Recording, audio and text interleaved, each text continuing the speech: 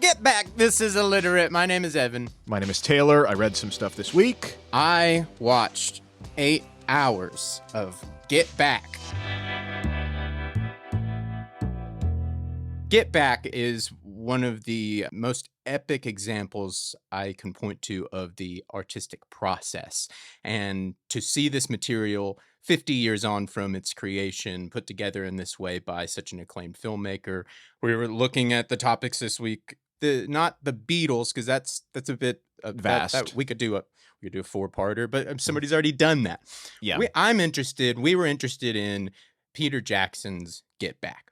And why? Because the adaptation side of it, it's sort of a documentary about a documentary, which he described, based on something else, but also using the same material as the thing.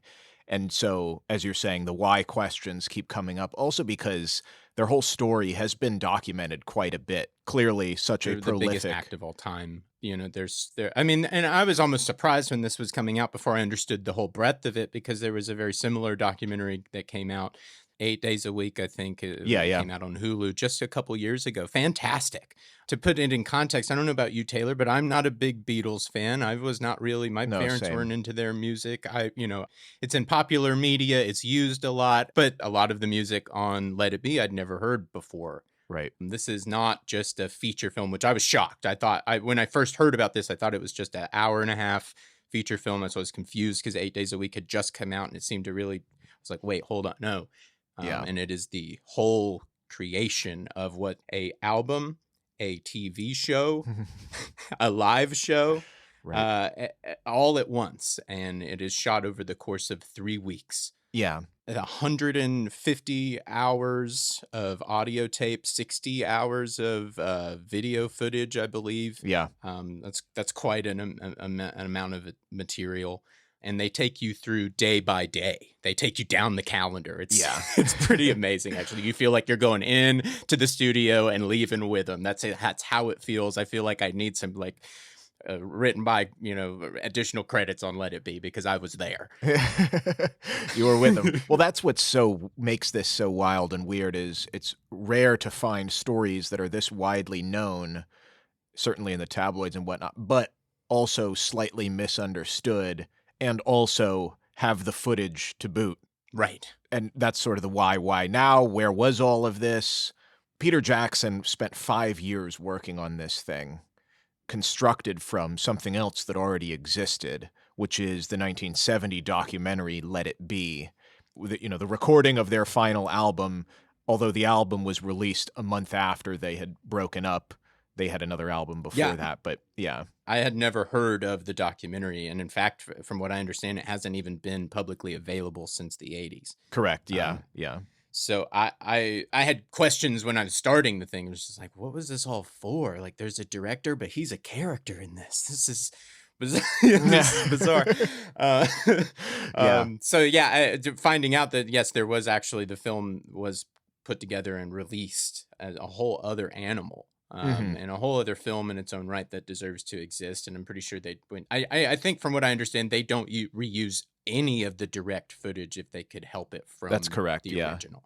Yeah, and if it is a scene that is necessary, they use alternate camera angles, because they had a couple cameras that were filming everything. Yeah, part of the reason it is lost, and we'll talk, not lost, but not a fan favorite up there in the pantheon, is it was sort of this depressing evidence of their disillusion and cut down so much, like you said, dozens of hours of footage, hundreds of hours of audio, And this version that came out in 70 was an hour and a half or some change. And again, that director, you got a guy trying to create a narrative, you know, so what happened over the course of 22 shooting days? Well, there was that one day when they stopped and he left. So it makes sense from, it's not necessarily, and nobody's being malicious, but he's focusing on what story is there. I mean, that's a lot of the criticism levied against this is it's so long. It has maybe no, classical structure, that type of thing. But yeah, because the other one has to whittle it down, and this one gets to show you everything. And in fact, that's only 2 days in what was, an entire month.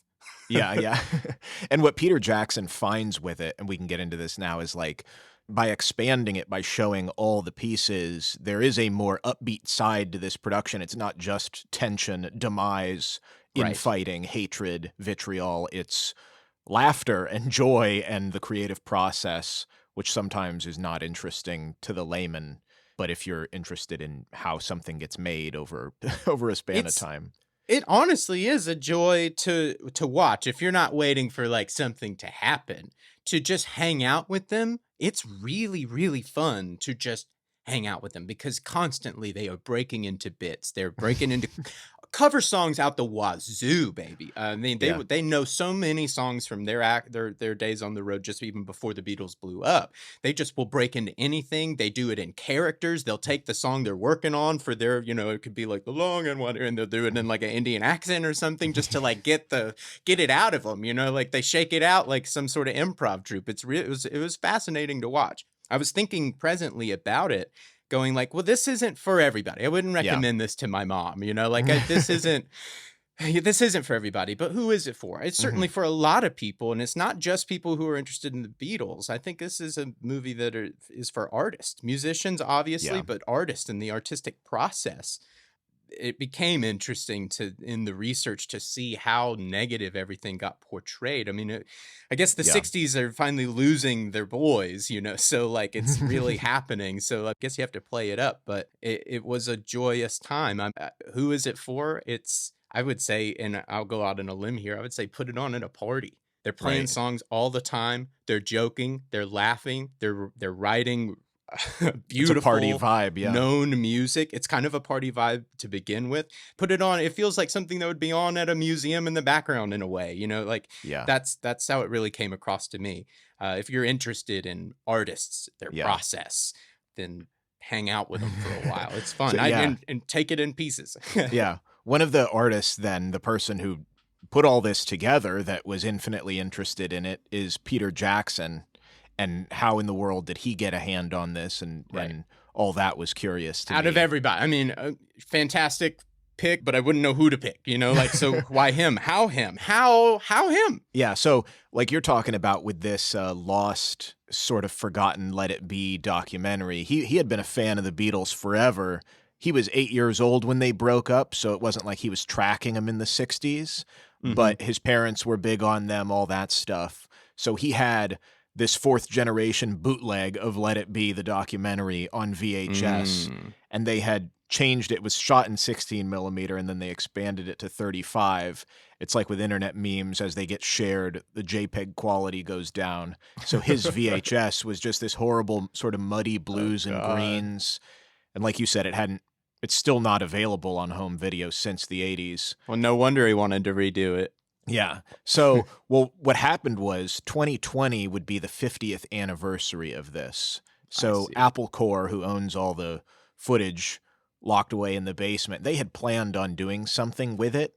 And then this is how Peter Jackson's love of it and their desire to do something with it comes together. Peter Jackson, who is known for his technological innovations, sometimes they're weird, like with The Hobbit, with the frame rate changes.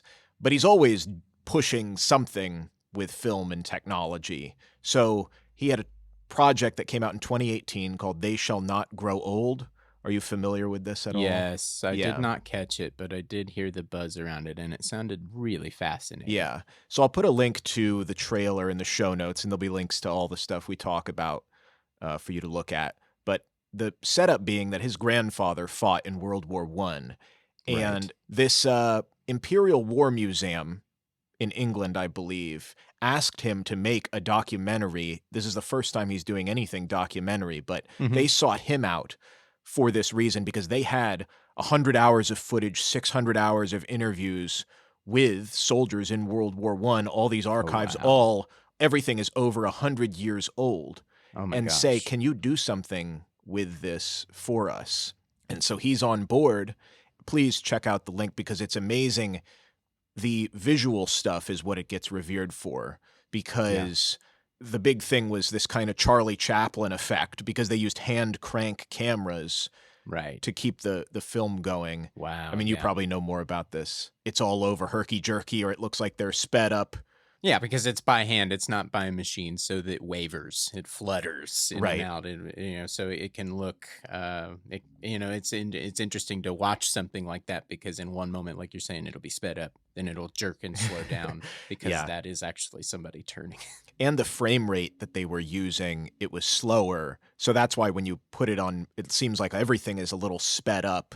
So the technology that they used was creating kind of artificial intelligence, machine learning to create artificial frames in between to smooth everything out. That's why everything back then looks like the motion can get wonky real fast. Yeah.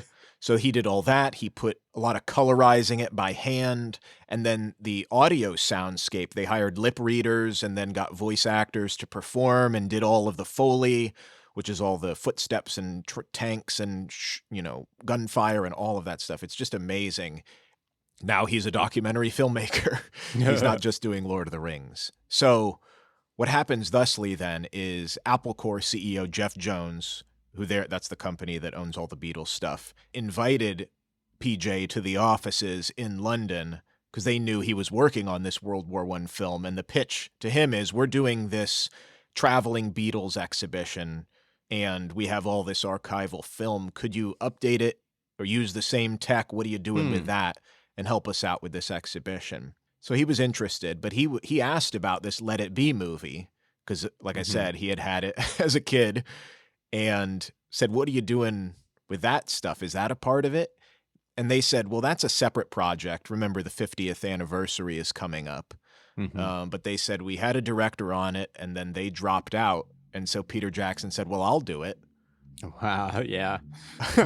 Let me get on that thing. And lo and behold, the exhibition never happened. Yeah. But he said, let me look at all this footage that you had for the Let It Be movie, and then I'll let you know all of it is from this guy, Michael Lindsay-Hogg, in the 1970 doc. He's the one. He's responsible, actually. Like, if you want to credit a filmmaker for the footage, he's the one who got the 60 hours. I looked into him because I had never heard of him before, but he ended up just getting into music videos. So he ended up doing this grand production just the year before this with the Rolling Stones. It's called the Rolling Stones and the Circus or something to that effect. Right. And the Rolling Stones weren't pleased with it, so it didn't even get released until the 90s. Oh, wow. But looking at it now, it's kind of shocking that it didn't get released because it looks like big rock stuff that was happening at the time. There's some, like some Elton John stuff that looked very similar at the time. So I was like shocked that it didn't get released. But this guy who's like walking around looking like a baby Orson Welles kind of. Yeah, because so his situation, 28 years old, hence the baby face kind of. Yeah, he's stuff. like smoking a cigar, and I'm like cringing every time he does it. I'm like, stop! What are you doing? Yeah. You're like, yeah, you're a baby. Yeah, he had worked on a British music TV show, and the Beatles had asked him to produce some promo films for singles that they were doing, and the big one was for Hey Jude. He brought in regular folk off the streets to sing along with him. I'll post a link to it. And then also a live audience that they're performing in front of, and that really helped in the Beatles' time of need to revive their desire for playing in front of people. And then that's why he became in charge of this, confusing project of, is it going to be a TV show, but we also want live performances, and so he's just there getting all of this footage for something. He did work with them on stuff previous. I love that element of this whole thing because they are along for the ride, because this whole thing starts as they're going to do plan A, and then it shifts into plan B very quickly. And then what is the plan? Are we going to do it at this kind? Are we going to do it in Libya? Are we going to do it on a boat? Are we going to do it here? Right.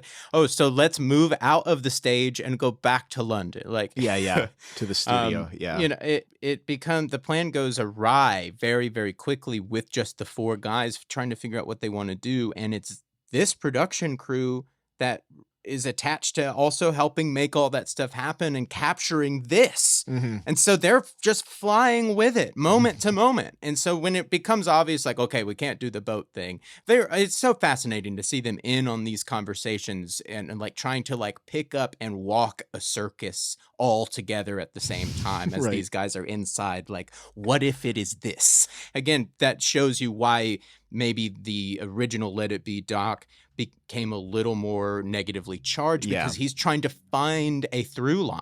It's pretty clear now in retrospect. It's a little unfortunate in the eye of the storm at the time because it helps with this notion that things were sour between them much more than much more than there ever was. Right. And so that's a big part of why Peter Jackson is hesitant, says, I want to look at this footage from this guy because he didn't want to make a Beatles breakup film and this thing was already done. So he went to New Zealand with the footage, is waiting for this downfall, looking over it all. But he said he was just laughing and laughing and laughing the whole time watching it, and said, oh, I have something completely different, potentially a different, not a revisionist take even, but he's like, this is literally just what it is. It was a gas. So it's put together in a way that you can't fake it. I mean, it's presented in a way, this is what they're wearing on the day. This is what was said. This is what happened. They have much more audio than they have video, but it's still a mass amount of material in the way that they're compiling. They have to cheat it, quote unquote, in some direction. So they're using the backs of their heads for, shots over dialogue that doesn't have any matching footage. It's obvious, but it still happened on the day. Yeah. He wanted to make sure, though, even with all of the positive things he found in it, that everybody was on board. So he met Paul McCartney at a concert in New Zealand in 2017. In a reversal, Paul was nervous to meet him about what he found. But then he's like, no, it shows you guys having a good time because it's hard to even remember. And there was so much, it's almost like, you misremember with all of the tabloids and the media. On that point, I had watched a retrospective with Paul McCartney about a few of his hits, some of his bigger songs, or some that are more special to him. And one that he had pulled out that I never really heard before, it came out in '82, not long after the murder of John Lennon, called Here Today. And he talked about writing that in his grief in that moment as a milestone to forever mark it. His actual feelings for John, which had become so skewed through all of this that we had just mentioned, through this time, the breakup, the way the media processed that and sold that to people, it skewed it. And it skewed it even for the people involved. I mean, this is, again, why this is happening is what Peter Jackson found in the footage is them having a lot of fun. But that's not exactly how they remember it. Yeah. So what's the truth? That becomes very interesting.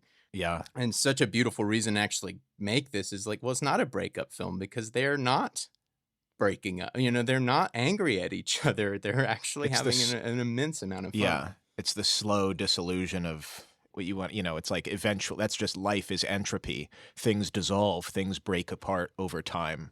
And maybe that's a piece of it. Yeah. So Peter Jackson is doing the rounds, getting everybody's approval, even Michael Lindsay-Hogg, he shows him. But then why did it take so long to get this footage from Lindsay-Hogg?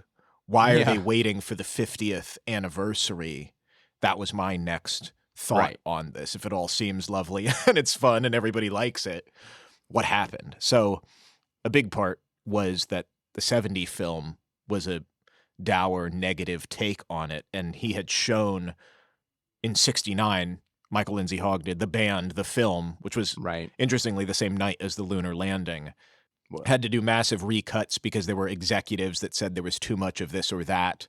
And by that time, then when it comes out in '70, they're already broken up and none of the band showed up for the premiere. Oh, wow. Apparently, from a story from the Rolling Stone founder and his wife, Lennon and Yoko Ono wept watching one of the sequences when they saw it. Like it was, and then after the breakup and all the financial and legal battles that followed, who wanted to put a hand on this footage? Right. And you only have, it's the same material. So it's 150 hours of audio. It's 60 hours of video. And who else is going to say, no, that's not what's in the footage. Lindsay-Hogg was the guy that went out to get this footage. He came back with his result. He focused on the negative things because he's trying to find a through line in the reality of it.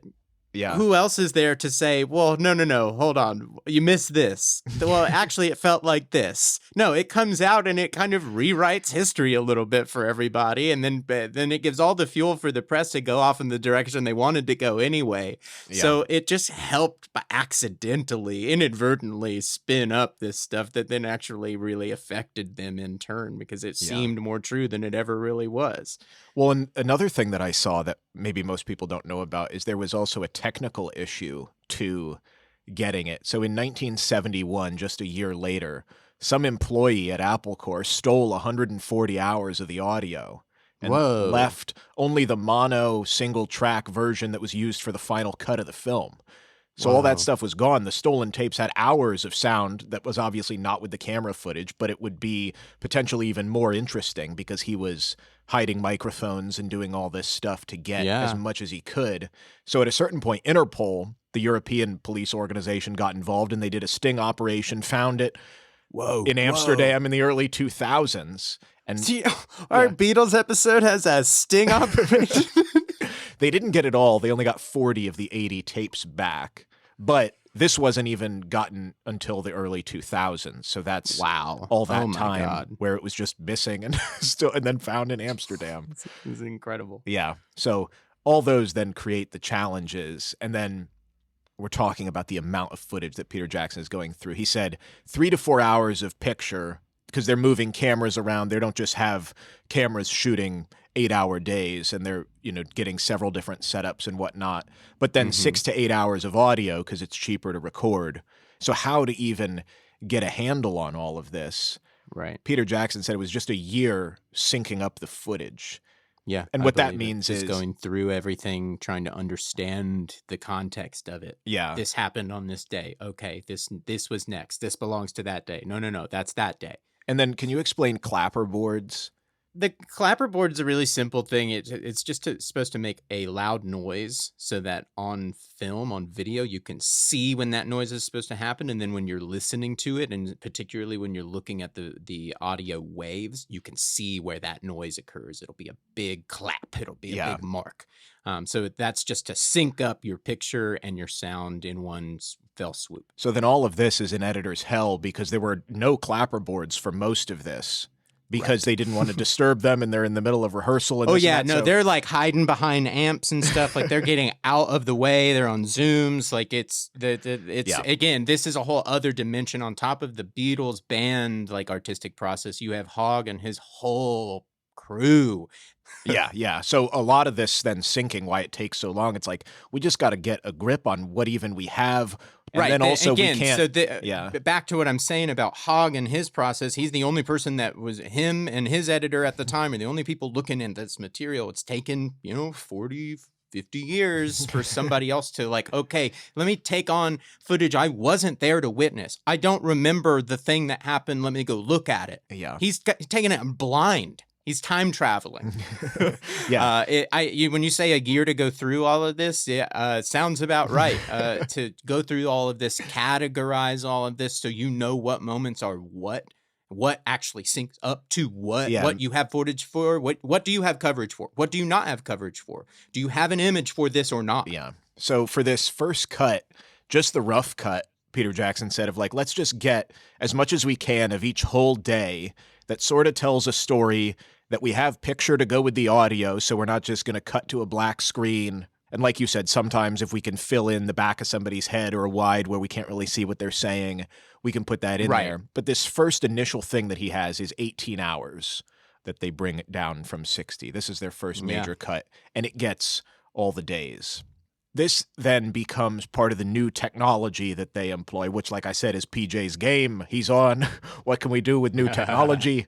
The big thing is the audio. So the first thing, which has been around for a while, spectral editing, and there's an app that you can even buy on your phone for $35 that helps.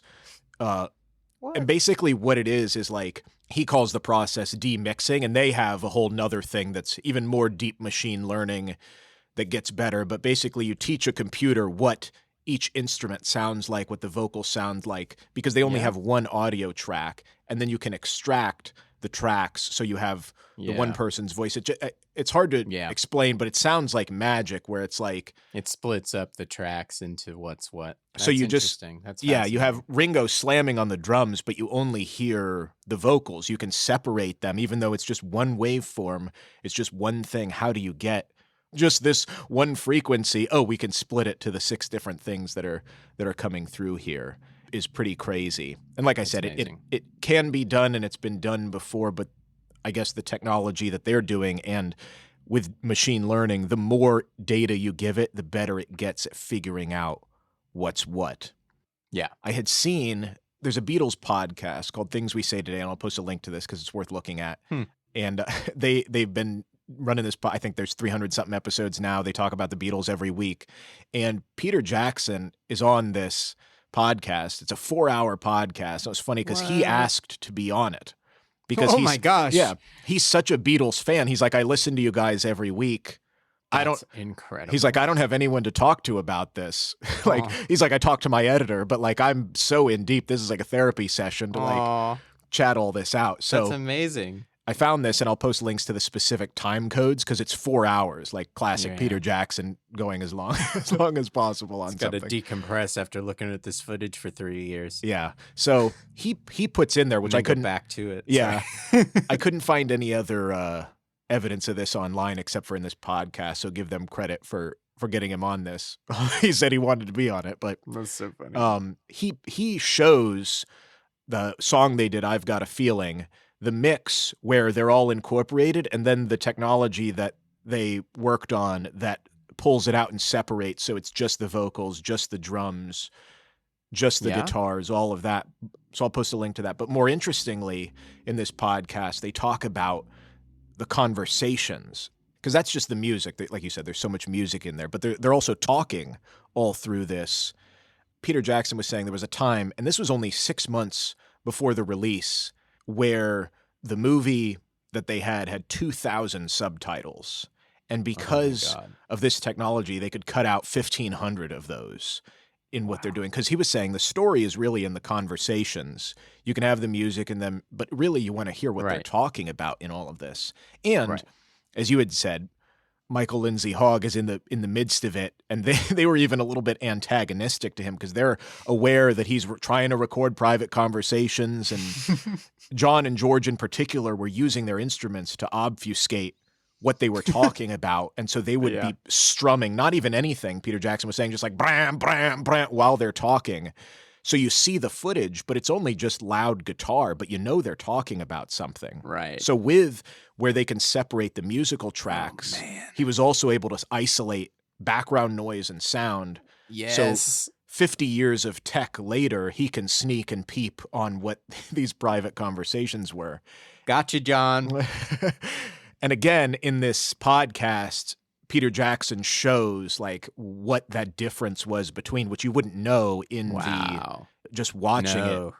No, there was never a moment while watching it where I thought, they really had to clean up that audio. Right. Not once. Emphasize or take away some of the background stuff so that you could hear. No, it all sounds like it's from the same source. It's all incredibly clear. It sounds like it was just a roll intentional for just, they had a mic there. Yeah, but just 6 months before, thousands of subtitles that they would have had to have. And Peter Jackson was like, oh my God, even if it's the most interesting thing, you just get tired of it doesn't matter. So it makes such a big difference. Yeah. I mean, that presentation, like I'm saying, like all of these conversations, it's that indistinguishable, the quality of it, right, and the context of it. Mm-hmm. That's a different experience. You're talking about having to read through all this while John's wow. I'm really, really, really thankful for that, because that changes the whole experience. Yeah, for sure. It's wild that they were able to put that together in almost the final hour of getting it done. So that led me to the last little bit, and we you brought it up, the length of this thing versus what it's based on, and what all the footage was there, but the thing that came out in 70 was a normal feature film, and you had said, "Oh, this is going to be a normal feature film." So sort of what happened? Right. What happened here, Peter? We know you like extended cuts. What's going on? So it was all determined that this would be a theatrical release, and that was announced in March of 2020, and it was going to be released in September. And so that was the plan. Of course, we know March of 2020, production shut down, everything changed, release dates switch. And so somebody had asked him in an interview I saw, they were like, well, when March came and they had the release date, did you have a 2.5 hour cut that you were working through? And he was like, no, it was 8 hours at that stage. Oh, wow. But we knew by September we've got to get it down. But he said he was not liking this situation from the beginning and really should have done the math before, because he was thinking, okay, we want to release the full rooftop performance, Right. which we have because the other one cut it down to just a couple, not a couple minutes, but it wasn't the full thing. Right. And then he said, so cut that out of a feature film. Now we have 22 days, just simple division. That only leaves us 2.5 minutes per day with the final concert. Right. We can't even We can't even show them doing a full song in the day with what they're doing. So with then pandemic and changing things up, and maybe it's not going to theaters, Disney said 6 hours, it'll be a 3-part miniseries. Right. Okay. Put out a press release for that. And he says, sounds good, we'll work to that. But then a certain portion of the way through, he's like, even if it's this, a lot of this stuff is going back to the vault, never to be seen again. This is the last time. And God, I've been working on this for years. So, if this doesn't get used now, will it ever? Yeah. Will anyone ever see it? Will it take another 50 years for the next Peter Jackson to pull it out of a goal? Like, well, they didn't use all this out from Let It Be. I'm not going to reuse any of theirs. Yeah, it's like, so he's like, this is probably going to be the definitive thing. It's the long thing. Put it back in. So then they reworked it again back to an 8-hour-ish situation where each piece is 2.5, 2:40. Yeah, it was the tone of it. And Peter Jackson is so right. The tone of it is not what people would have expected to or familiar with it, but it's certainly not what I was expecting going into it. These guys are fun to hang out with. It is a really good time, and that changed the whole thing for me. Yeah, and he said nobody said boo to the 8-hour thing, Disney. Or he's like, right, so be it. This is what it needs to be. So he also said he didn't get a single note or request to remove or alter anything content-wise, which then you'd also think, like we talked about with Ghostbusters, it's like that took 1 billion years because there's all these fingers in the pie saying yes and no to this. Right. And this is on this is not a small deal because we are talking about Disney. And we are talking the about one thing, smoking and drinking and cursing and all that kind of thing. And as far as I know, they kept as much of it in as was true. You're right. Disney did have one pushback where they said no swearing in a cut, and then everybody, Ringo, Paul, George Harrison's wife, they all pushed back and said no. Yeah, we're also not swearing in excess or sexually, gratuitously or whatever. No. Yeah. Nobody's doing anything crazy offensive. It just is very normal, mostly how conversation. You talk. Yeah. So, it is what it is, and it doesn't come off as peculiar. Nobody's gross. Nobody's mean. It's nothing like that at all. But the fact that I can click on Disney Plus, skip into the middle of an episode, and see John Lennon smoking a cigarette, going "you," like. Yeah, that's pretty big for Disney Plus. Yeah. Beat me at it. No, I will. So all that leading to this final takeaway of this, the criticism that people might have, it's long, but it shows the meandering process of creation. Therein, as you're saying, also lies the why and the benefit of it.